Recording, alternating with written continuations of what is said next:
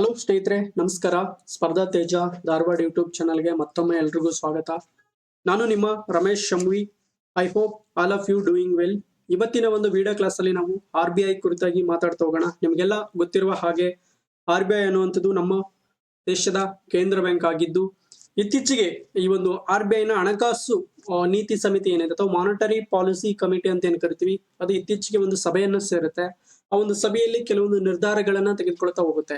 ನೋಡಿ, ರೇಪೋ ರೇಟ್ಗೆ ಸಂಬಂಧಪಟ್ಟ ಹಾಗೆ 40 ಬೇಸಿಸ್ ಪಾಯಿಂಟ್ ಅನ್ನ ಹೈಕ್ ಮಾಡ್ತಾ ಹೋಗುತ್ತೆ. ಅದೇ ರೀತಿಯಾಗಿ CRR ಅಥವಾ ಕ್ಯಾಶ್ ರಿಸರ್ವ್ ರೇಷಿಯೋ ಅಂತ ಏನ್ ಕರಿತೀವಿ, ಅವುಗಳಿಗೆ ಸಂಬಂಧಪಟ್ಟ ಹಾಗೆ 50 ಬೇಸಿಸ್ ಪಾಯಿಂಟ್ ಅನ್ನ ಹೈಕ್ ಮಾಡ್ತಾ ಹೋಗುತ್ತೆ ಅಥವಾ ಹೆಚ್ಚಳ ಮಾಡ್ತಾ ಹೋಗುತ್ತೆ.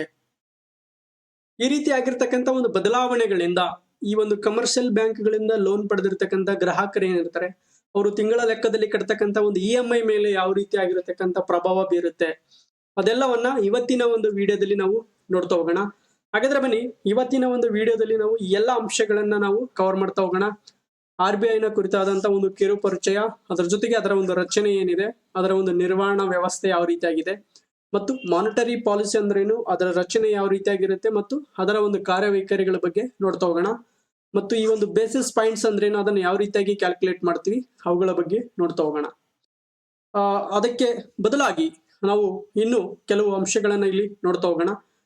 ರೇಪೋ ರೇಟ್ ಅಂದ್ರೇನು, ರಿವರ್ಸ್ ರೇಪೋ ರೇಟ್ ಅಂದ್ರೇನು, ಬ್ಯಾಂಕ್ ರೇಟ್ ಅಂದ್ರೇನು, CRR, SLR, MSF ಮತ್ತು SDF, ಈ ಎಲ್ಲಾ ಟರ್ಮ್ಸ್ ಗಳ ಬಗ್ಗೆ ನೀವು ದಿನನಿತ್ಯದ ಒಂದು ಓದುಗಿನಲ್ಲಿ ಕೇಳ್ತಾ ಬಂದಿರ್ತೀರ. ಫಾರ್ ಎಕ್ಸಾಂಪಲ್, ನೀವು ನ್ಯೂಸ್ ಪೇಪರ್ ಅನ್ನ ಓದ್ತಾ ಇರ್ಬೇಕಾದ್ರೆ ಅಥವಾ ಯಾವ್ದಾದ್ರು ಎಕನಾಮಿಗೆ ಸಂಬಂಧಪಟ್ಟ ಅಂತ ಒಂದು ಟೆಕ್ಸ್ಟ್ ಬುಕ್ ಅನ್ನ ರೆಫರ್ ಮಾಡ್ಬೇಕಾದ್ರೆ ಈ ಟರ್ಮ್ಸ್ ಗಳನ್ನ ನೀವು ಕೇಳಿರ್ತೀರ. ಬಟ್ ಅದ್ರ ಬಗ್ಗೆ ಸರಿಯಾದ ರೀತಿಯಾದಂತ ಒಂದು ಕ್ಲಾರಿಟಿ ಅನ್ನೋದಿರಲ್ಲ.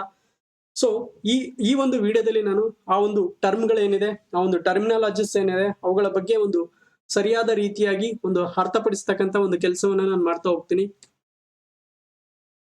ಬನ್ನಿ, ಈ ಒಂದು RBI ಅನ್ನುವಂಥದ್ದು ನಿಮಗೆಲ್ಲ ಗೊತ್ತಿರುವ ಹಾಗೆ 1935ರಲ್ಲಿ ಸ್ಥಾಪನೆ ಆಗ್ತಾ ಹೋಗುತ್ತೆ. ಏಪ್ರಿಲ್ 1, 1935ರಲ್ಲಿ ಸ್ಥಾಪನೆ ಆಗ್ತಾ ಹೋಗುತ್ತೆ. ಈ ಬ್ರಿಟಿಷ್ ಸರ್ಕಾರ ಅನ್ನುವಂಥದ್ದು 1926ರಲ್ಲಿ ಎಡ್ವರ್ಡ್ ಹಿಲ್ಟನ್ ಯಂಗ್ ಅನ್ನುವಂತ ಒಬ್ಬ ವ್ಯಕ್ತಿಯ ಒಂದು ಅಧ್ಯಕ್ಷತೆಯಲ್ಲಿ ಈ ಒಂದು ಹಿಲ್ಟನ್ ಯಂಗ್ ಕಮಿಷನ್ ಅನ್ನುವಂತ ಒಂದು ಕಮಿಷನ್ ಅನ್ನ ನೇಮಕ ಮಾಡ್ತಾ ಹೋಗುತ್ತೆ. ಆ ಒಂದು ಕಮಿಷನ್ ಕೊಟ್ಟಿರ್ತಕ್ಕಂಥ ಒಂದು ರಿಪೋರ್ಟ್ ಅಥವಾ ಒಂದು ವರದಿ ಆಧಾರದ ಮೇಲೆ ಈ ಒಂದು ಬ್ರಿಟಿಷ್ ಸರ್ಕಾರ ಏನ್ ಮಾಡುತ್ತೆ, ಈ ಒಂದು ಬ್ಯಾಂಕ್ ಅನ್ನ ಸ್ಥಾಪನೆ ಮಾಡ್ತಾ ಹೋಗುತ್ತೆ. ಈ ಒಂದು ಬ್ರಿಟಿಷ್ ಸರ್ಕಾರದ ಒಂದು ಉದ್ದೇಶ ಏನಾಗಿರುತ್ತೆ, ತಾನು ಅಕ್ಯುಪೈ ಮಾಡ್ಕೊಂಡಿರ್ತಕ್ಕಂಥ ಈ ಒಂದು ಕಾಲೋನೀಸ್ ಏನಿದೆ ಅಥವಾ ಈ ವಸಾಹತುಶಾಹಿ ಪ್ರದೇಶಗಳೇನಿದೆ, ಅವುಗಳನ್ನ ಅಭಿವೃದ್ಧಿ ಪಡಿಸುವಂತದ್ದು ಈ ಒಂದು ಬ್ಯಾಂಕ್ ಅನ್ನು ಸ್ಥಾಪಿಸುವ ಒಂದು ಉದ್ದೇಶವಾಗಿರುತ್ತೆ.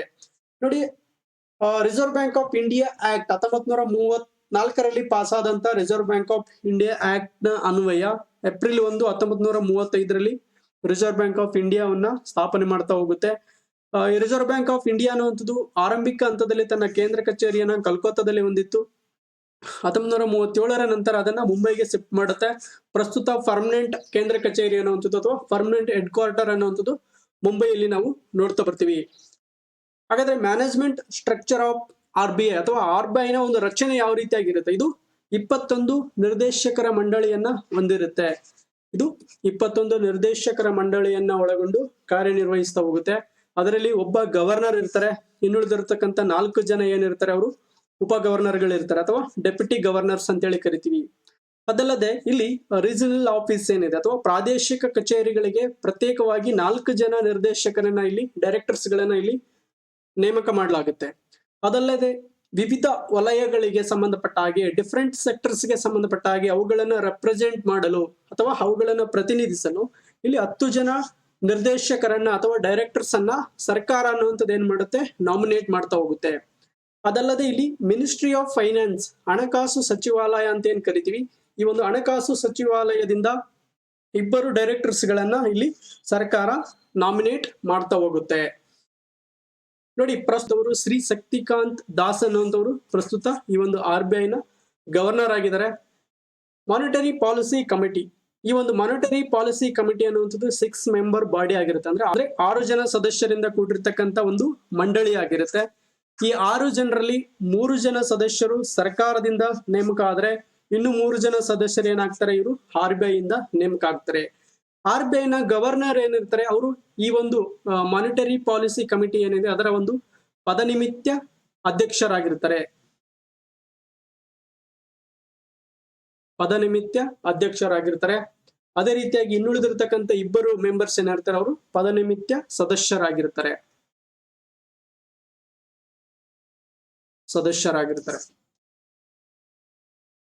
ಹಾಗಾದ್ರೆ ಈ ಒಂದು ಬೇಸಿಸ್ ಪಾಯಿಂಟ್ಸ್ ಅಂದ್ರೆ ಏನು, ಅದನ್ನ ನಾವು ಯಾವ ರೀತಿಯಾಗಿ ಕ್ಯಾಲ್ಕುಲೇಟ್ ಮಾಡ್ತೀವಿ? ನಾನು ಈ ಒಂದು ತರಗತಿ ಆರಂಭಿಕ ಹಂತದಲ್ಲಿ ಹೇಳ್ತಾ ಹೋದೆ, ಮಾನಿಟರಿ ಪಾಲಿಸಿ ಕಮಿಟಿ ಅನ್ನುವಂಥದ್ದು ಇತ್ತೀಚೆಗೆ ಸಭೆ ಸೇರಿತ್ತು. ಅಲ್ಲಿ ರೇಪೋ ರೇಟ್ ಮತ್ತು CRR ಗೆ ಸಂಬಂಧಪಟ್ಟ ಹಾಗೆ ಕೆಲವು ಬದಲಾವಣೆಗಳನ್ನ ಮಾಡ್ತಾ ಬಂದಿದೆ ಅಂತ ಹೇಳಿ. ನೋಡಿ, ರೇಪೋ ರೇಟ್ಗೆ ಸಂಬಂಧಪಟ್ಟ ಹಾಗೆ 40 ಬೇಸಿಸ್ ಪಾಯಿಂಟ್ ಅನ್ನ ಹೈಕ್ ಮಾಡ್ತಾ ಬಂದಿದೆ. ಇಲ್ಲಿ CRR ಗೆ ಸಂಬಂಧಪಟ್ಟ ಹಾಗೆ 50 ಬೇಸಿಸ್ ಪಾಯಿಂಟ್ ಅನ್ನ ಹೈಕ್ ಮಾಡ್ತಾ ಬಂದಿದೆ. ಹಾಗಾದ್ರೆ ಇಲ್ಲಿ ಬೇಸಿಸ್ ಪಾಯಿಂಟ್ ಅಂದ್ರೆ ಏನು ನೋಡಿ, 1 basis point is equal 1 divided by 100 of 1% is equal 0.01% ಆಗುತ್ತೆ. ಅಂದ್ರೆ 1 basis point is equal to 1 divided by 100 of 0.01% ಆದ್ರೆ ಇಲ್ಲಿ 10 basis points is equal to 0.1% ಆಗುತ್ತೆ. 50 basis points is equal to 0.5% ಆಗುತ್ತೆ. 100 basis points is equal to 1% ಆಗುತ್ತೆ. ಹಾಗಾದ್ರೆ ಇಲ್ಲಿ 40 basis point ಅಂತ ಬಂದಾಗ ರೇಪೋ ರೇಟ್ಗೆ ಸಂಬಂಧಪಟ್ಟ ಹಾಗೆ 40 ಬೇಸಿಸ್ ಪಾಯಿಂಟ್ ಅನ್ನ ಹೈಕ್ ಮಾಡಿದೆ ಅಂತ ಅಂದಾಗ ಇಲ್ಲಿ 0.4% ಹೈಕ್ ಆಗಿದೆ ಅಂತ ಅರ್ಥ. ಪ್ರಸ್ತುತ ರೇಪೋ ರೇಟ್ ಬಂದು 4% ಇದೆ. ಈಗ 4.40% ಏನಾಗಿದೆ, ಈ ಒಂದು ರೇಪೋ ರೇಟ್ ಅಲ್ಲಿ ಹೆಚ್ಚಳ ಆಗ್ತಾ ಬಂದಿದೆ. ಅಂದ್ರೆ 0.4% ಏನಾಗಿದೆ, ಹೆಚ್ಚಳ ಆಗ್ತಾ ಬಂದಿದೆ. ಇಲ್ಲಿ CRR ಗೆ ಸಂಬಂಧಪಟ್ಟ ಹಾಗೆ 0.5% ಏನಾಗಿದೆ, ಹೈಕ್ ಆಗ್ತಾ ಬಂದಿದೆ. ಪ್ರಸ್ತುತ CRR ಎಷ್ಟಿದೆ, ಕ್ಯಾಶ್ ರಿಸರ್ವ್ ರೇಷಿಯೋ ಅನ್ನುವಂಥದ್ದು 4% ಇದೆ. ಈಗ 4.50% ಏನಾಗಿದೆ, ಇದು ಹೈಕ್ ಆಗ್ತಾ ಬಂದಿದೆ, ಹೆಚ್ಚಳ ಆಗ್ತಾ ಬಂದಿದೆ. ನೋಡಿ, RBI ಈ ಭಾರತದ ಕೇಂದ್ರ ಬ್ಯಾಂಕ್ ಅಂತ ಏನು ಕರಿತೀವಲ್ಲ, RBI ಅನ್ನುವಂಥದ್ದು ಇತರ ಕಮರ್ಷಿಯಲ್ ಬ್ಯಾಂಕ್ಗಳ ಬ್ಯಾಂಕ್ ಆಗಿರುತ್ತೆ. ಅದು ಒಂದು ಬ್ಯಾಂಕಿಂಗ್ ವ್ಯವಸ್ಥೆಯಲ್ಲಿ ತನ್ನ ಒಂದು ಕೆಳಗಡೆ ಬರ್ತಕ್ಕಂಥ ಒಂದು ಕಮರ್ಷಿಯಲ್ ಬ್ಯಾಂಕ್ಗಳೇನಿದೆ ಅವುಗಳನ್ನ ಮಾನಿಟರ್ ಮಾಡ್ತಾ ಹೋಗುತ್ತೆ. ಅಂದ್ರೆ ಇಲ್ಲಿ ಕಮರ್ಷಿಯಲ್ ಬ್ಯಾಂಕ್ಗಳು ಯಾವ ರೀತಿಯಾಗಿ ಕೆಲಸ ಮಾಡುತ್ತೆ, ಈ ಒಂದು RBI ನ ಒಂದು ರೂಲ್ಸ್ ಅಂಡ್ ರೆಗ್ಯುಲೇಷನ್ ಏನಿದೆ ಅವುಗಳ ಅಡಿಯಲ್ಲಿ ಈ ಒಂದು ಕಮರ್ಷಿಯಲ್ ಬ್ಯಾಂಕ್ಗಳು ಕಾರ್ಯನಿರ್ವಹಿಸ್ತಾ ಹೋಗುತ್ತೆ. ಫಾರ್ ಎಕ್ಸಾಂಪಲ್ SBI ಆಗಿರ್ಬೋದು, PNG ಆಗಿರ್ಬೋದು, BOB ಬ್ಯಾಂಕ್ ಆಫ್ ಇಂಡಿಯಾ ಆಗಿರ್ಬೋದು, ICICI ಬ್ಯಾಂಕ್ ಆಗಿರ್ಬೋದು, ಇವೆಲ್ಲ ಕಮರ್ಷಿಯಲ್ ಬ್ಯಾಂಕ್ಗಳ ಅಡಿಯಲ್ಲಿ ಬರ್ತವೆ. ಫಾರ್ ಎಕ್ಸಾಂಪಲ್ ಇಲ್ಲಿ ಕಮರ್ಷಿಯಲ್ ಬ್ಯಾಂಕ್ಗಳಂತ ಬಂದಾಗ ಅವು ಯಾವ ರೀತಿಯಾಗಿರ್ತಕ್ಕಂಥ ವಹಿವಾಟನ್ನ ಮಾಡ್ತಾ ಹೋಗ್ತವೆ ಅಂತಂದ್ರ, ಇಲ್ಲಿ ಸಾವಿರಾರು ಸಂಖ್ಯೆಯಲ್ಲಿ ಗ್ರಾಹಕರು ಏನ್ ಮಾಡ್ತಾರೆ, ಈ ಒಂದು ಕಮರ್ಷಿಯಲ್ ಬ್ಯಾಂಕ್ಗಳಿಗೆ ಹಣವನ್ನ ಡೆಪಾಸಿಟ್ ಮಾಡ್ತಾರೆ. ಇನ್ನು ಕೆಲವರು ಏನ್ ಮಾಡ್ತಾರೆ, ಈ ಒಂದು ಕಮರ್ಷಿಯಲ್ ಬ್ಯಾಂಕ್ಗಳಿಂದ ಹಣವನ್ನ ಅಥವಾ ಲೋನ್ ಅನ್ನ ಪಡಿತಾ ಹೋಗ್ತಾರೆ. ಈ ಕಮರ್ಷಿಯಲ್ ಬ್ಯಾಂಕ್ಗಳು ಏನ್ ಮಾಡುತ್ತೆ, ಈ ಒಂದು ಸಾರ್ವಜನಿಕರಿಗೆ ನೀಡತಕ್ಕಂಥ ಹಣದ ಮೇಲೆ ಇಂತಿಷ್ಟು ಬಡ್ಡಿಯನ್ನ ವಿಧಿಸ್ತಾ ಹೋಗುತ್ತೆ. ಆ ಒಂದು ಬಡ್ಡಿಯನ್ನ ಪಡೆಯುವುದರ ಮುಖಾಂತರ ಈ ಒಂದು ಲಾಭಗಳನ್ನ ಪಡಿತಾ ಹೋಗುತ್ತೆ. ಸೊ ಈ ರೀತಿಯಾಗಿ ಈ ಒಂದು ಕಮರ್ಷಿಯಲ್ ಬ್ಯಾಂಕ್ ಅನ್ನುವಂಥದ್ದು ಕೆಲಸವನ್ನ ಮಾಡ್ತಾ ಹೋಗುತ್ತೆ. ಹಾಗಾದ್ರೆ ಇಲ್ಲಿ RBI ನ ಪಾತ್ರ ಏನು? RBI ಅನ್ನುವಂಥದ್ದು ಏನ್ ಮಾಡುತ್ತೆ, ಈ ಎಲ್ಲಾ ಬ್ಯಾಂಕ್ಗಳ ಮೇಲೆ ಮಾನಿಟರ್ ಮಾಡ್ತಾ ಹೋಗುತ್ತೆ. ಅದರ ಜೊತೆಗೆ ಈ ಒಂದು ಕಮರ್ಷಿಯಲ್ ಬ್ಯಾಂಕ್ಗಳು ತಮಗೆ ಹಣದ ಅವಶ್ಯಕತೆ ಇದ್ದಾಗ ಈ ಒಂದು RBI ಮುಖಾಂತರ ಹಣವನ್ನ ಪಡಿತಾ ಹೋಗ್ತವೆ.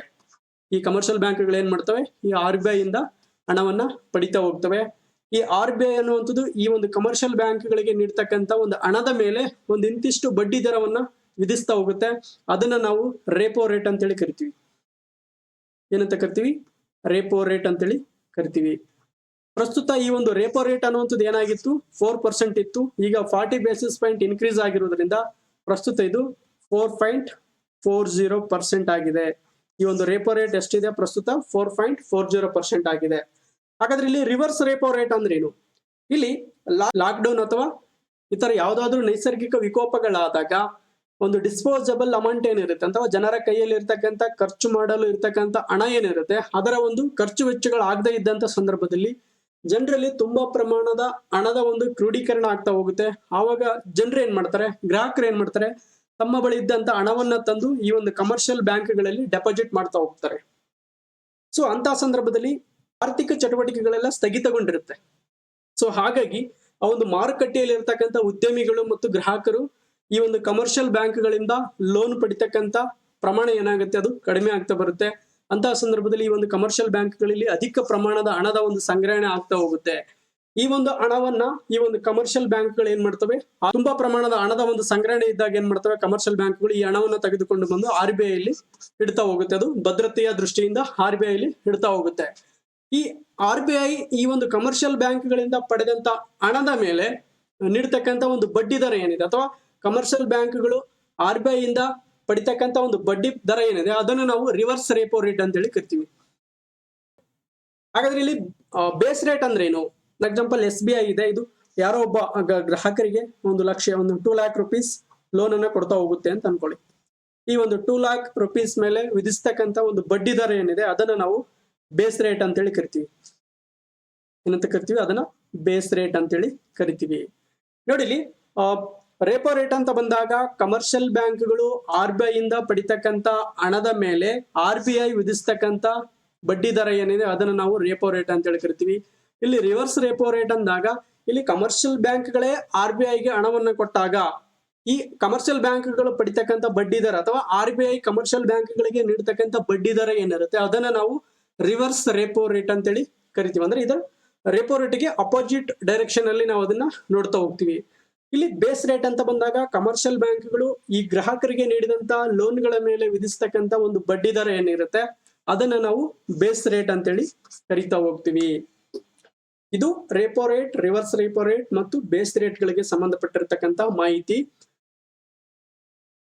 ಇಲ್ಲಿ ಕ್ಯಾಶ್ ರಿಸರ್ವ್ ರೇಷಿಯೋ CRR ಅಂತೇಳಿ ಕರಿತೀವಿ. ಅಂದ್ರೆ ಮಾನಿಟರಿ ಪಾಲಿಸಿ ಕಮಿಟಿ ಇತ್ತೀಚೆಗೆ CRR ಗೆ ಸಂಬಂಧಪಟ್ಟ ಹಾಗೆ ಬೇಸಿಸ್ ಪಾಯಿಂಟ್ ಅನ್ನ ಇನ್ಕ್ರೀಸ್ ಮಾಡ್ತಾ ಬಂದಿದೆ ಅಂತ ನೋಡಿದ್ವಿ. ನೋಡಿ, ಪ್ರಸ್ತುತ ಒಂದು CRR ಅನ್ನುವಂಥದ್ದು, ಕ್ಯಾಶ್ ರಿಸರ್ವ್ ರೇಷಿಯೋ ಅನ್ನುವಂಥದ್ದು 4% ಇತ್ತು. ಈಗ 50 ಬೇಸಿಸ್ ಪಾಯಿಂಟ್ ಇನ್ಕ್ರೀಸ್ ಆಗಿರುವುದರಿಂದ 4.50% ಅನ್ನುವಂಥದ್ದು ಏನಾಗಿದೆ, ಇದು ಹೆಚ್ಚಳ ಆಗ್ತಾ ಬಂದಿದೆ. ಇದರಲ್ಲಿ ಹೆಚ್ಚಳ ಆಗ್ತಾ ಬಂದಿದೆ. ನೋಡಿ, ಇಲ್ಲಿ CRR ಅಂತ ಬಂದಾಗ ಕ್ಯಾಶ್ ರಿಸರ್ವ್ ರೇಷಿಯೋ, ಇದನ್ನ ಕನ್ನಡದಲ್ಲಿ ನಗದು ಮೀಸಲು ಅನುಪಾತ ಅಂತೇಳಿ ಕರಿತೀವಿ. ನೋಡಿ, ಸಾವಿರಾರು ಸಂಖ್ಯೆಯಲ್ಲಿ ಕಸ್ಟಮರ್ಸ್ ಏನ್ ಮಾಡ್ತಾರೆ, ತಮ್ಮ ಬಳಿ ಇದ್ದಂತ ಹಣವನ್ನ ಅಥವಾ ತಾವು ಸೇವನೆ ಮಾಡಿರ್ತಕ್ಕಂಥ ಹಣವನ್ನ ಏನ್ ಮಾಡ್ತಾರೆ, ಹತ್ತಿರದ ಒಂದು ಕಮರ್ಷಿಯಲ್ ಬ್ಯಾಂಕ್ ಅಲ್ಲಿ ಬಂದು ಡೆಪಾಸಿಟ್ ಮಾಡ್ತಾರೆ. ನೋಡಿ, ಇಲ್ಲಿ ಸುಮಾರು 100 lakhs rupees ಅನ್ನ ಒಂದು ಈ ಒಂದು ಕಮರ್ಷಿಯಲ್ ಬ್ಯಾಂಕ್ ಅಲ್ಲಿ ಡೆಪಾಸಿಟ್ ಮಾಡ್ತಾರೆ ಅಂತ ಅನ್ಕೊಳ್ಳಿ. ಈ ಒಂದು ಕಮರ್ಷಿಯಲ್ ಬ್ಯಾಂಕ್ ಏನ್ ಮಾಡ್ಬೇಕಾಗುತ್ತೆ, RBI ಮಾಡಿರ್ತಕ್ಕಂಥ ಕೆಲವು ನಿರ್ದೇಶನಗಳ ಪ್ರಕಾರ, ಕೆಲವು ರೂಲ್ಸ್ ಪ್ರಕಾರ ಏನ್ ಮಾಡ್ಬೇಕು, ಈ ಒಂದು ಕಮರ್ಷಿಯಲ್ ಬ್ಯಾಂಕ್ ತಾನು ಜನರಿಂದ ಕಲೆಕ್ಟ್ ಮಾಡಿರ್ತಕ್ಕಂಥ ಅಥವಾ ಜನರು ಡೆಪಾಸಿಟ್ ಮಾಡಿರ್ತಕ್ಕಂಥ ಹಣದ ಏನ್ ಪ್ರಮಾಣ ಏನಿದೆ ಅದರಲ್ಲಿ, ಫಾರ್ ಎಕ್ಸಾಂಪಲ್ ಇಲ್ಲಿ 100 lakhs ಇಲ್ಲಿ ಡೆಪಾಸಿಟ್ ಮಾಡ್ತಾ ಇದಾರೆ ಅಂತ ಅನ್ಕೊಳ್ಳಿ. ಇದರಲ್ಲಿ ಫಾರ್ ಎಕ್ಸಾಂಪಲ್ ಇಲ್ಲಿ 4% CRR ಅನ್ನ ಇಲ್ಲಿ RBI ಅಲ್ಲಿ ಕ್ಯಾಶ್ ರೂಪದಲ್ಲಿ ರಿಸರ್ವ್ ಕರೆನ್ಸಿ ಆಗಿ ಇಡಬೇಕಾಗುತ್ತೆ. ನೋಡಿ, ಇಲ್ಲಿ 100 lakhs ಅಲ್ಲಿ 4% CRR RBI ಅಲ್ಲಿ ಇಡಬೇಕಂದ್ರೆ ಇಲ್ಲಿ 4 lakh rupees ನ ರಿಸರ್ವ್ ಕರೆನ್ಸಿ ಆಗಿ RBI ಅಲ್ಲಿ ಅದು ಇಡ್ತಾ ಹೋಗ್ಬೇಕಾಗುತ್ತೆ. ಇದನ್ನ ಕ್ಯಾಶ್ ರೂಪದಲ್ಲಿ ಇಡ್ತಾ ಹೋಗ್ಬೇಕಾಗುತ್ತೆ. ಇನ್ನುಳಿದಿರ್ತಕ್ಕಂಥ ಈ ಒಂದು 100 lakhs ಅಲ್ಲಿ ಉಳಿದಿರ್ತಕ್ಕಂಥ 96 lakhs ಏನಿರುತ್ತೆ ಅದನ್ನ ಗ್ರಾಹಕರಿಗೆ ಲೋನ್ಗಳ ಮುಖಾಂತರ ಅದನ್ನ ನೀಡ್ತಾ ಹೋಗ್ಬೇಕು. ಸೊ ಇದು ಕ್ಯಾಶ್ ರಿಸರ್ವ್ ರೇಷಿಯೋ ಅಥವಾ CRR ಗೆ ಸಂಬಂಧಪಟ್ಟಿರ್ತಕ್ಕಂಥ ಮಾಹಿತಿ ಆಗಿರುತ್ತೆ. Net demand and time liabilities, ಇಲ್ಲಿ ಬ್ಯಾಂಕ್ಗಳಿಗೆ ಸಂಬಂಧಪಟ್ಟ ಹಾಗೆ ಈ ರೀತಿಯಾಗಿರ್ತಕ್ಕಂಥ ಕೆಲವು ಟರ್ಮ್ಸ್ ಗಳನ್ನ ನಾವು ಇಲ್ಲಿ ನೋಡ್ತಾ ಹೋಗ್ತೀವಿ. ಇಲ್ಲಿ ನಾನು ಆಗ್ಲೇ ಹೇಳಿದೆ, ಈ ಒಂದು ಕಮರ್ಷಿಯಲ್ ಬ್ಯಾಂಕ್ಗಳಿಗೆ ಸಾವಿರಾರು ಸಂಖ್ಯೆಯಲ್ಲಿ ಗ್ರಾಹಕರು ಏನ್ ಮಾಡ್ತಾರೆ, ಈ ಒಂದು ತಾವು ಸೇವನೆ ಮಾಡಿರ್ತಕ್ಕಂಥ ಹಣವನ್ನ ತಂದು ಇಲ್ಲಿ ಡೆಪಾಸಿಟ್ ಮಾಡ್ತಾ ಹೋಗ್ತಾರೆ ಇಲ್ಲಿ ಬ್ಯಾಂಕ್ಗಳಲ್ಲಿ. ಈ ಬ್ಯಾಂಕ್ ಏನ್ ಮಾಡುತ್ತೆ, ಈ ಸಾರ್ವಜನಿಕರಿಂದ ಪಡೆದಂತ ಹಣದಲ್ಲಿ 4% CRR ಏನಿದೆ, 4.50% CRR ಏನಿದೆ ಅದನ್ನ ರಿಸರ್ವ್ ಬ್ಯಾಂಕ್ ಅಲ್ಲಿ RBI ಅಲ್ಲಿ ಹಣದ ರೂಪದಲ್ಲಿ ಅಥವಾ ಕ್ಯಾಶ್ ರೂಪದಲ್ಲಿ ಅದನ್ನ ರಿಸರ್ವ್ ಕರೆನ್ಸಿಯಾಗಿ ಇಡ್ತಾ ಹೋಗುತ್ತೆ. ಇನ್ನುಳಿದಿರ್ತಕ್ಕಂಥ 18% ಹಣವನ್ನ SLR ಅಂತೇಳಿ ಕರಿತೀವಿ, ಸ್ಟಾಟ್ಯೂಟರಿ ಲಿಕ್ವಿಡಿಟಿ ರೇಷಿಯೋ ಅಥವಾ ಶಾಸನಬದ್ಧ ದ್ರವ್ಯತೆಯ ಅನುಪಾತ ಅಂತೇಳಿ ಕರೀತಾರೆ ಕನ್ನಡದಲ್ಲಿ. 18% ಸಮ ಬಳಿಯೇ ಒಂದು ರಿಸರ್ವ್ ಕರೆನ್ಸಿಯಾಗಿ ಇಟ್ಕೊಳ್ತಾ ಹೋಗುತ್ತೆ. ಈ ಒಂದು SLR ಅನ್ನುವಂಥದ್ದು ಬಾಂಡ್ ರೂಪದಲ್ಲಿರುತ್ತೆ, ಟ್ರೆಜರಿ ಬಿಲ್ಗಳ ರೂಪದಲ್ಲಿರುತ್ತೆ, ಮತ್ತು ಬಂಗಾರದ ರೂಪದಲ್ಲಿ, ಗೋಲ್ಡ್ ರೂಪದಲ್ಲಿ ಇರುತ್ತೆ, ಮತ್ತು ಕ್ಯಾಶ್ ರೂಪದಲ್ಲಿ ಇರುತ್ತೆ, ಅಥವಾ ಈ ತರ ಒಂದು ಭದ್ರತಾ ಪತ್ರಗಳ ಒಂದು ರೂಪದಲ್ಲಿ ಇರುತ್ತೆ. ಅಂದ್ರೆ 18 ಬ್ಯಾಂಕ್ಗಳು ಈ ರೀತಿಯಾಗಿ ಒಂದು SLR ರೀತಿಯಲ್ಲಿ ಅದನ್ನ ಒಂದು ರಿಸರ್ವ್ ಕರೆನ್ಸಿಯಾಗಿ ಮೇಂಟೈನ್ ಮಾಡ್ಬೇಕಾಗುತ್ತೆ.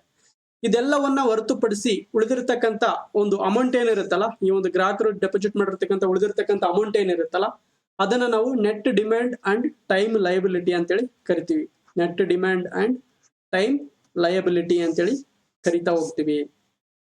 ಸೊ ನೋಡಿ, ಇಲ್ಲಿ net demand and time liability ಅನ್ನುವಂಥದ್ದು ನಾವಿಲ್ಲಿ ನೋಡ್ತಾ ಹೋಗೋಣ. ನೋಡಿ, ಗ್ರಾಹಕರು ನೀಡಿರ್ತಕ್ಕಂಥ ಈ ಹಣದಲ್ಲಿ ಫಾರ್ ಎಕ್ಸಾಂಪಲ್ 100 crore ಹಣ ಈ ಒಂದು ಬ್ಯಾಂಕ್ಗಳಲ್ಲಿ ಜಮಾ ಆಗ್ತಾ ಬಂದಿದೆ, ಗ್ರಾಹಕರು ಡೆಪಾಸಿಟ್ ಮಾಡ್ತಾ ಬಂದಿದ್ದಾರೆ. ಅದರಲ್ಲಿ 4.50% CRR ಏನಿದೆ ಅದನ್ನ ರಿಸರ್ವ್ ಬ್ಯಾಂಕ್ ಅಲ್ಲಿ ಕ್ಯಾಶ್ ರೂಪದಲ್ಲಿ ಇಡ್ತಾ ಹೋಗುತ್ತೆ. ಈ ಬ್ಯಾಂಕು ಕ್ಯಾಶ್ ರೂಪದಲ್ಲಿ ಇಡ್ತಾ ಹೋಗುತ್ತೆ. ಇನ್ನುಳಿದಿರ್ತಕ್ಕಂಥ 18% ಏನಿದೆ ಅದನ್ನ ವಿವಿಧ ರೂಪದಲ್ಲಿ ತನ್ನ ಬಳಿ ಅದನ್ನ ರಿಸರ್ವ್ ಕರೆನ್ಸಿಯಾಗಿ ಮೇಂಟೈನ್ ಮಾಡ್ತಾ ಹೋಗುತ್ತೆ. ಒಂದು ಗೌರ್ಮೆಂಟ್ ಸೆಕ್ಯೂರಿಟಿಗಳ ರೂಪದಲ್ಲಿ, ಮತ್ತು ಒಂದು ಇತರ ಭದ್ರತಾ ಪತ್ರಗಳ ರೂಪದಲ್ಲಿ ಮತ್ತು ಈ ಒಂದು ಟ್ರೆಜರಿ ಬಿಲ್ಗಳ ರೂಪದಲ್ಲಿ ಗೋಲ್ಡ್ ರೂಪಗಳಲ್ಲಿ ಈ ಒಂದು 18% ಹಣವನ್ನು ಏನ್ ಮಾಡುತ್ತೆ SLR ಸ್ಟಾಟ್ಯೂಟರಿ ಲಿಕ್ವಿಡಿಟಿ ರೇಷಿಯೋ ಅಂತ ಏನ್ ಕರಿತೀವಿ ಅದನ್ನ ತನ್ನ ಬಳಿ ರಿಸರ್ವ್ ಕರೆನ್ಸಿ ಆಗಿ ಮೇಂಟೈನ್ ಮಾಡ್ತಾ ಹೋಗುತ್ತೆ. ಇನ್ನುಳಿದಿರ್ತಕ್ಕಂಥ ಈ ಒಂದು ಹಣ ಏನಿರುತ್ತೆ net demand and time liability ಒಂದು ಏನಿರುತ್ತೆ ಈ ಒಂದು ಹಣ ಏನಿರುತ್ತೆ ಅದನ್ನ ಪ್ರಿಯಾರಿಟಿ ಸೆಕ್ಟರ್ ಲೆಂಡಿಂಗ್ ಅಂತೇಳಿ ಕರಿತೀವಿ. ಅಂದ್ರೆ ಪ್ರಿಯಾರಿಟಿ ಸೆಕ್ಟರ್ ಲೆಂಡಿಂಗ್ ಅಂತ ಬಂದಾಗ ಇಲ್ಲಿ ಕೆಲವು ವಲಯಗಳಿಗೆ ಆದ್ಯತೆಗಳನ್ನ ನೀಡ್ತಾ ಹೋಗುತ್ತೆ ಬ್ಯಾಂಕ್ಗಳು. ಫಾರ್ ಎಕ್ಸಾಂಪಲ್ ಕೃಷಿ ವಲಯ ಅಂತ ಅನ್ಕೊಳ್ಳಿ.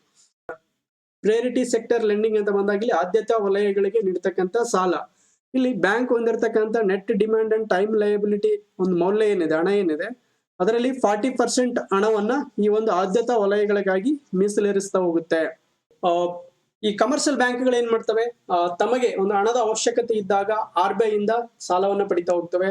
ಒಂದು RBI ಇಂದ ಸಾಲವನ್ನು ಪಡಿಬೇಕಾದ್ರೆ ತಾವು RBI ಅಲ್ಲಿ ಕೆಲವೊಂದು ಕೊಲೆಟ್ರಲ್ ಅಸೆಟ್ ಅನ್ನ ಇಡಬೇಕಾಗುತ್ತೆ ಅಥವಾ ಈ ಒಂದು ಮೇಲಾಧಾರ ಸ್ವತ್ತುಗಳಂತ ಏನ್ ಕರಿತೀವಿ ಅಥವಾ ಭದ್ರತಾ ಪತ್ರಗಳನ್ನ ಕೊಡ್ಬೇಕಾಗುತ್ತೆ ಯಾವುದಕ್ಕೆ RBIಗೆ. ಅಂತ ಸಂದರ್ಭದಲ್ಲಿ ಈ ಭದ್ರತಾ ಪತ್ರಗಳನ್ನ ಬಳಸಿಕೊಳ್ಳುವ ಉದ್ದೇಶದಿಂದ ಏನ್ ಮಾಡ್ತವೆ ಈ ಒಂದು ಕಮರ್ಷಿಯಲ್ ಬ್ಯಾಂಕ್ಗಳು ತಮ್ಮ ಬಳಿ ಇದ್ದಂತ ಹಣವನ್ನ ಈ ಒಂದು ಸರ್ಕಾರಕ್ಕೆ ನೀಡುವುದರ ಮುಖಾಂತರ ಇಲ್ಲಿ ಈ ಒಂದು ಭದ್ರತಾ ಪತ್ರಗಳನ್ನ ಪರ್ಚೇಸ್ ಮಾಡ್ತಾ ಹೋಗ್ತದೆ. ಈ ಒಂದು ಭದ್ರತಾ ಪತ್ರಗಳನ್ನ ಮುಂದಿನ ಒಂದು ಫ್ಯೂಚರ್ ದಿನಗಳಲ್ಲಿ ಈ ಒಂದು RBI ಇಂದ ಸಾಲವನ್ನ ಪಡೆಯೋಕೆ ಅವುಗಳನ್ನ ಬಳಸ್ಕೊಳ್ತಾ ಹೋಗುತ್ತೆ. ನೋಡಿ ಇಲ್ಲಿ ರೇಪೋ ರೇಟ್ ಅಂದ್ರೇನು, ರಿವರ್ಸ್ ರೇಪೋ ರೇಟ್ ಅಂದ್ರೇನು, ಲಾಂಗ್ ಟರ್ಮ್ ರೇಪೋ ರೇಟ್ ಅಂದ್ರೇನು, ಇನ್ನು ಈ ತರ ಹಲವು ಒಂದು ರೇಟ್ ಗಳ ಬಗ್ಗೆ ಇಲ್ಲಿ ಈ ಒಂದು ಸ್ಲೈಡ್ ಅಲ್ಲಿ ನೋಡ್ತಾ ಹೋಗೋಣ. ರೇಪೋ ರೇಟ್ ಅಂದ್ರೆ ಇದು RBI ಇತರ ಕಮರ್ಷಿಯಲ್ ಬ್ಯಾಂಕ್ಗಳಿಗೆ ನೀಡತಕ್ಕಂತ ಹಣ, ಅದು ಒಂದು ದಿನದ ಅವಧಿಗೆ ನೀಡತಕ್ಕಂತ ಈ ಒಂದು ಹಣ ಏನಿದೆ ಆ ಒಂದು ಹಣದ ಮೇಲೆ ವಿಧಿಸ್ತಕ್ಕಂತ ಒಂದು ದರ ಏನಿದೆ ಅದನ್ನು ನಾವು ರೇಪೋ ರೇಟ್ ಅಂತ ಹೇಳಿ ಕರಿತೀವಿ. ರಿವರ್ಸ್ ರೇಪೋ ರೇಟ್ ಅಂತ ಬಂದಾಗ ಇಲ್ಲಿ ಬ್ಯಾಂಕ್ಗಳು RBIಗೆ ಹಣವನ್ನು ನೀಡಿದಾಗ, ಅದು ಒಂದು ದಿನದ ಅವಧಿಗೆ ಕಮರ್ಷಿಯಲ್ ಬ್ಯಾಂಕ್ಗಳು RBIಗೆ ಹಣವನ್ನು ನೀಡಿದಾಗ ಈ ಕಮರ್ಷಿಯಲ್ ಬ್ಯಾಂಕ್ಗಳು RBI ಮೇಲೆ ವಿಧಿಸ್ತಕ್ಕಂತ ಒಂದು ದರ ಏನಿದೆ ಅದನ್ನ ರಿವರ್ಸ್ ರೇಪೋ ರೇಟ್ ಅಂತ ಹೇಳಿ ಕರಿತೀವಿ. ಇಲ್ಲಿ ಲಾಂಗ್ ಟರ್ಮ್ ರೇಪೋ ಅಂತ ಬಂದಾಗ ಇಲ್ಲಿ RBI ಅನ್ನುವಂಥದ್ದು ಕಮರ್ಷಿಯಲ್ ಬ್ಯಾಂಕ್ಗಳಿಗೆ ಒಂದು ದಿನಕ್ಕಿಂತ ಅಧಿಕ ಅವಧಿಗೆ ಅಥವಾ 1 ರಿಂದ 3 ವರ್ಷಗಳ ಅವಧಿಗೆ ಈ ಒಂದು ಹಣವನ್ನ ಸಾಲ ರೂಪದಲ್ಲಿ ಅಥವಾ ಲೋನ್ಗಳ ರೂಪದಲ್ಲಿ ನೀಡುತ್ತದೆ. ಅದರ ಮೇಲೆ ಈ ಒಂದು RBI ವಿಧಿಸ್ತಕ್ಕಂತ ಒಂದು ದರ ಏನಿದೆ ಅದನ್ನ ಲಾಂಗ್ ಟರ್ಮ್ ರೇಪೋ ಅಂತ ಕರೀತಾರೆ. ಅದನ್ನ ಇನ್ನು ಬ್ಯಾಂಕ್ ದರ ಅಂತೂ ಸಹ ಕರಿತಾ ಹೋಗ್ತೀವಿ. ಇಲ್ಲಿ MSF ಅಂದ್ರೆ ಏನು ಅದನ್ನ ಆಮೇಲೆ ನೋಡ್ತಾ ಹೋಗೋಣ. ನೋಡಿ ಇಲ್ಲಿ ಕಾಲ್ ಮನಿ, ನೋಟಿಸ್ ಮನಿ ಮತ್ತು ಟರ್ಮ್ ಮನಿ ಅಂದ್ರೆ ಏನಂತ ಇಲ್ಲಿ ನೋಡ್ತಾ ಹೋಗೋಣ. ಇಲ್ಲಿ ಕಾಲ್ ಮನಿ, ನೋಟಿಸ್ ಮನಿ, ಟರ್ಮ್ ಮನಿ ಅಂತ ಬಂದಾಗ ಇಲ್ಲಿ RBI ಅನ್ನ ಹೊರತುಪಡಿಸಿ ಈ ಒಂದು ಕಮರ್ಷಿಯಲ್ ಬ್ಯಾಂಕ್ಗಳು ಏನಿದೆ ತಮ್ಮಲ್ಲೇ ಮಾಡ್ತಕ್ಕಂಥ ಕೆಲವು ವ್ಯವಹಾರಗಳ ಬಗ್ಗೆ ಇಲ್ಲಿ ನಾವು ನೋಡ್ತಾ ಹೋಗ್ತೀವಿ. ನೋಡಿ ಕಾಲ್ ಮನಿ ಅಂತ ಬಂದಾಗ ಒಂದು ಕಮರ್ಷಿಯಲ್ ಬ್ಯಾಂಕ್ ಇನ್ನೊಂದು ಕಮರ್ಷಿಯಲ್ ಬ್ಯಾಂಕ್ಗೆ ನೀಡತಕ್ಕಂತ ಸಾಲ, ಅಂದ್ರೆ ಅದು ಒಂದು ದಿನದ ಅವಧಿಗೆ ನೀಡತಕ್ಕಂತ ಸಾಲ ಆಗಿದ್ರೆ ಅದನ್ನ ಕಾಲ್ ಮನಿ ಅಂತ ಹೇಳಿ ಕರಿತೀವಿ. ನೋಟಿಸ್ ಮನಿ ಅಂತ ಬಂದಾಗ ಒಂದು ಕಮರ್ಷಿಯಲ್ ಬ್ಯಾಂಕ್ ಇನ್ನೊಂದು ಕಮರ್ಷಿಯಲ್ ಬ್ಯಾಂಕ್ಗೆ 2 ರಿಂದ 14 ದಿನಗಳ ಅವಧಿಗೆ 2 to 14 days ಪೀರಿಯಡ್ಗೆ ಆ ಒಂದು ಹಣವನ್ನು ನೀಡಿದ್ದಾದ್ರೆ ಅದನ್ನ ನಾವು ನೋಟಿಸ್ ಮನಿ ಅಂತ ಹೇಳಿ ಕರಿತೀವಿ. ಟರ್ಮ್ ಮನಿ ಅಂದ್ರೆ ಏನು, ಇಲ್ಲಿ ಒಂದು ಕಮರ್ಷಿಯಲ್ ಬ್ಯಾಂಕ್ ಇನ್ನೊಂದು ಕಮರ್ಷಿಯಲ್ ಬ್ಯಾಂಕಿಗೆ ಮೋರ್ ದೆನ್ 14 days ಅಂದ್ರೆ 14 ದಿನಗಳಿಗಿಂತ ಅಧಿಕ ಕಾಲಾವಧಿಗೆ ಈ ಒಂದು ಕಮರ್ಷಿಯಲ್ ಬ್ಯಾಂಕ್ ಇನ್ನೊಂದು ಕಮರ್ಷಿಯಲ್ ಬ್ಯಾಂಕಿಗೆ ಹಣವನ್ನು ನೀಡಿದ್ದಾದ್ರೆ ಅದನ್ನ ನಾವು ಟರ್ಮ್ ಮನಿ ಅಂತೇಳಿ ಕರಿತಾ ಹೋಗ್ತೀವಿ. ಬನ್ನಿ ಹಾಗಾದ್ರೆ ಇಲ್ಲಿ MSF ಅಂದ್ರೇನು ಮತ್ತು ಸ್ಟ್ಯಾಂಡಿಂಗ್ ಡೆಪಾಸಿಟ್ ಫೆಸಿಲಿಟೀಸ್ ಅಂದ್ರೇನು ಇವುಗಳ ಬಗ್ಗೆ ಈ ಒಂದು ಸ್ಲೈಡ್ ಅಲ್ಲಿ ನೋಡ್ತಾ ಹೋಗೋಣ. ರೇಪೋ ರೇಟ್ ಮತ್ತು ರಿವರ್ಸ್ ರೇಪೋ ರೇಟ್ ಬಗ್ಗೆ ನಿಮ್ಗೆಲ್ಲ ಗೊತ್ತಿರುವ ಹಾಗೆ ಬ್ಯಾಂಕ್ಸ್ ಬಾರೋ money from RBI by lending securities. ನೋಡಿ ಇಲ್ಲಿ ಒಂದು ಕಮರ್ಷಿಯಲ್ ಬ್ಯಾಂಕ್ ಅನ್ನುವಂಥದ್ದು ಈ ಒಂದು ಸೆಕ್ಯೂರಿಟೀಸ್ ಗಳನ್ನ RBI ಅಲ್ಲಿ ಇಡುವುದರ ಮುಖಾಂತರ ಈ ಹಣವನ್ನು ಪಡೆಯುತ್ತೆ. ಇದರ ಮೇಲೆ ಈ ಒಂದು RBI ವಿಧಿಸ್ತಕ್ಕಂತ ಒಂದು ದರಕ್ಕೆ ನಾವು ರೇಪೋ ರೇಟ್ ಅಂತ ಹೇಳಿ ಕರಿತೀವಿ. ಇಲ್ಲಿ ಇದನ್ನ ರಿವರ್ಸ್ ಡೈರೆಕ್ಷನ್ ಅಲ್ಲಿ ನೋಡ್ತೀವಿ. ಇಲ್ಲಿ ಕಮರ್ಷಿಯಲ್ ಬ್ಯಾಂಕ್ಗಳು RBIಗೆ ನೀಡತಕ್ಕಂತ ಹಣದ ಮೇಲೆ ಕಮರ್ಷಿಯಲ್ ಬ್ಯಾಂಕ್ಗಳು ವಿಧಿಸ್ತಕ್ಕಂತ ಒಂದು ದರ ಏನಿರುತ್ತೆ ಅದನ್ನ ರಿವರ್ಸ್ ರೇಪೋ ಅಂತೇಳಿ ಕರಿತಾ ಹೋಗ್ತೀವಿ. ಇಲ್ಲಿ ಮಾರ್ಜಿನಲ್ ಸ್ಟ್ಯಾಂಡಿಂಗ್ ಫೆಸಿಲಿಟೀಸ್ ಅಂತ ಬಂದಾಗ ಇಲ್ಲಿ ನಾನು ಆಗ್ಲೇ ಹೇಳಿದೆ, ಈಗ ಕಮರ್ಷಿಯಲ್ ಬ್ಯಾಂಕ್ಗಳು ತಮಗೆ ಫ್ಯೂಚರ್ ಅಲ್ಲಿ ಹಣದ ಅವಶ್ಯಕತೆ ಇದ್ದಾಗ ಈ ಒಂದು ಗೌರ್ಮೆಂಟ್ ಬಾಂಡ್ಗಳನ್ನ RBIಗೆ ನೀಡುವುದರ ಮುಖಾಂತರ ಸಾಲವನ್ನ ಪಡಿತಾ ಹೋಗ್ತವೆ ಅಂತೇಳಿ. ಇನ್ ಕೇಸ್ ಈ ಒಂದು ಗೌರ್ಮೆಂಟ್ ಗಳಿಂದ ಪರ್ಚೇಸ್ ಮಾಡಿರ್ತಕ್ಕಂಥ ಈ ಒಂದು ಬಾಂಡ್ಗಳು ಏನಾಗಿರುತ್ತೆ ಖಾಲಿ ಆಗಿರುತ್ತೆ. ಈ ಕಮರ್ಷಿಯಲ್ ಬ್ಯಾಂಕ್ಗಳಲ್ಲಿ ಈ ಒಂದು ಗೌರ್ಮೆಂಟ್ ಭದ್ರತಾ ಪತ್ರಗಳು ಇರಲ್ಲ. ಅಂತಹ ಸಂದರ್ಭದಲ್ಲಿ ಈ ಒಂದು RBI ಇಂದ ಸಾಲವನ್ನು ಪಡಿಬೇಕಾಗುತ್ತೆ. ಈ ಕಮರ್ಷಿಯಲ್ ಬ್ಯಾಂಕ್ಗಳು 18% SLR ಅನ್ನ ಒಂದು ರಿಸರ್ವ್ ಕರೆನ್ಸಿಯಾಗಿ ಮೇಂಟೈನ್ ಮಾಡ್ಬೇಕಾಗಿರುತ್ತೆ. ಅವಾಗ RBI ಏನ್ ಮಾಡುತ್ತೆ ಇದರಲ್ಲಿ ಒಂದು ಕನ್ಸೆಷನ್ ಅನ್ನ ಕೊಡ್ತಾ ಹೋಗುತ್ತೆ. ಈ ಕಮರ್ಷಿಯಲ್ ಬ್ಯಾಂಕ್ಗಳು ಏನ್ ಮಾಡ್ಬೇಕು ಈ ಒಂದು SLR ರೂಪದಲ್ಲಿ SLR ಅಲ್ಲಿ ಒಂದು ಗೌರ್ಮೆಂಟ್ ಭದ್ರತೆಗಳನ್ನ ಏನು ಹೊಂದಿರುತ್ತಲ್ಲ ಆ ಒಂದು ಭದ್ರತೆಗಳನ್ನ ಬಳಸಿಕೊಳ್ಳುವುದರ ಮುಖಾಂತರ RBI ಇಂದ ಸಾಲವನ್ನ ಪಡೆಯುವುದಕ್ಕೆ ಒಂದು ಅವಕಾಶವನ್ನ ಮಾಡಿಕೊಡುತ್ತೆ. ಸೊ ಅಂತಹ ಸಂದರ್ಭದಲ್ಲಿ ನಾವು ಈ ಒಂದು SLR ಏನಿದೆ ಒಂದು 18% SLR ಏನಿದೆ, ಸ್ಟಾಟ್ಯೂಟರಿ ಲಿಕ್ವಿಡಿಟಿ ರೇಷಿಯೋ ಅಂತ ಏನ್ ಕರಿತೀವಲ್ಲ, ಅದರಲ್ಲಿ ಇರ್ತಕ್ಕಂಥ ಕೆಲವು ಗೌರ್ಮೆಂಟ್ ಸೆಕ್ಯೂರಿಟೀಸ್ ಗಳನ್ನ ಈ ಒಂದು RBI ಗೆ ನೀಡುವುದರ ಮುಖಾಂತರ ಈ ಒಂದು ಕಮರ್ಷಿಯಲ್ ಬ್ಯಾಂಕ್ಗಳು ಸಾಲ ಪಡೆಯುವುದಕ್ಕೆ ನಾವು ಮಾರ್ಜಿನಲ್ ಸ್ಟ್ಯಾಂಡಿಂಗ್ಸ್ ಫೆಸಿಲಿಟೀಸ್ ಅಂತ ಹೇಳಿ ಕರಿತೀವಿ. ಮಾರ್ಜಿನಲ್ ಸ್ಟ್ಯಾಂಡಿಂಗ್ಸ್ ಫೆಸಿಲಿಟೀಸ್ ಅನ್ನುವಂಥದ್ದು ಪ್ರಸ್ತುತ 4.15% ಇದೆ. ಎಷ್ಟು? 4.15% ಇದೆ. ಹಾಗಾದ್ರೆ ಸ್ಟ್ಯಾಂಡಿಂಗ್ ಡೆಪಾಸಿಟ್ ಫೆಸಿಲಿಟಿ ಅಂದ್ರೆ ಏನು? ಇಲ್ಲಿ RBI ಕೂಡ ಈ ಒಂದು ಕಮರ್ಷಿಯಲ್ ಬ್ಯಾಂಕ್ಗಳಿಂದ ಹಣವನ್ನ ಪಡಿತಕ್ಕಂಥ ಸಂದರ್ಭದಲ್ಲಿ ಕೆಲವು ಭದ್ರತೆಗಳನ್ನ ನೀಡ್ತಾ ಇತ್ತು. ಯಾವಾಗ? ರಿವರ್ಸ್ ರೆಪೋ ರೇಟ್ಗೆ ಸಂಬಂಧಪಟ್ಟ ಹಾಗೆ.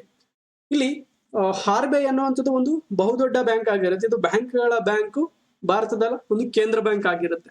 ಸೊ ಇಲ್ಲಿ ಬೇರೆ ಬ್ಯಾಂಕ್ಗಳು ಬಂದಾಗ ಇಲ್ಲಿ ಅನ್ಸರ್ಟನಿಟೀಸ್ ಅನ್ನ ನಾವು ನೋಡ್ತಾ ಹೋಗ್ತೀವಿ. ಆ ಒಂದು ಬ್ಯಾಂಕ್ ದಿವಾಳಿಗೆ ಈಡಾಗ್ಬೋದು ಅಥವಾ ಇವತ್ತೆಲ್ಲ ನಾಳೆ ಕ್ಲೋಸ್ ಆಗ್ತಾ ಹೋಗ್ಬೋದು. ಆದ್ರೆ RBI ಅಂತ ಬಂದಾಗ ಅದು ಆತರ ಆಗಕ್ಕೆ ಆಗಲ್ಲ. ಯಾಕಂದ್ರೆ ಇದು ಒಂದು ಸರ್ಕಾರದ ಅತ್ಯುನ್ನತ ಒಂದು ಸ್ಥಾನದಲ್ಲಿ ಇರ್ತಕ್ಕಂಥ ಬ್ಯಾಂಕ್ ಆಗಿದ್ದು ಅದು ತುಂಬಾ ಒಂದು ಸ್ಟೆಬಿಲಿಟಿಯನ್ನು ಹೊಂದಿರುತ್ತೆ. ಸೊ ಹಾಗಾಗಿ ಇಲ್ಲಿ RBI ಏನ್ ಮಾಡುತ್ತೆ, ಇಲ್ಲಿ ಕಮರ್ಷಿಯಲ್ ಬ್ಯಾಂಕ್ಗಳಿಂದ ಲೋನ್ ಅನ್ನು ಪಡಿಬೇಕಾದ್ರೆ ಅಥವಾ ಕಮರ್ಷಿಯಲ್ ಬ್ಯಾಂಕ್ಗಳಿಂದ ಹಣವನ್ನ ಪಡಿಬೇಕಾದ್ರೆ ಯಾವುದೇ ರೀತಿಯಾಗಿರ್ತಕ್ಕಂಥ ಭದ್ರತಿ ಪತ್ರಗಳನ್ನ ಇಡೋದಿಲ್ಲ. ಇಲ್ಲಿ ನೋಡಿ, ಇಲ್ಲಿ RBI borrows money from banks without lending securities, ಅಂದ್ರೆ ಯಾವುದೇ ರೀತಿಯಾದಂತಹ ಸೆಕ್ಯೂರಿಟೀಸ್ ಗಳನ್ನ ಇಡದೆ ಈ ಒಂದು ಕಮರ್ಷಿಯಲ್ ಬ್ಯಾಂಕ್ಗಳಿಂದ RBI ಪಡಿತಕ್ಕಂಥ ಒಂದು ಹಣ ಏನಿದೆಲ್ಲ ಆ ಒಂದು ವಿಧಾನಕ್ಕೆ ನಾವು ಸ್ಟ್ಯಾಂಡಿಂಗ್ ಡೆಪಾಸಿಟ್ ಫೆಸಿಲಿಟಿ ಅಂತೇಳಿ ಕರಿತಾ ಹೋಗ್ತೀವಿ. ಸೊ ಇದು ಇವತ್ತಿನ ಒಂದು ವಿಡಿಯೋಗೆ ಸಂಬಂಧಪಟ್ಟಿರ್ತಕ್ಕಂಥ ಒಂದು ಮಾಹಿತಿ.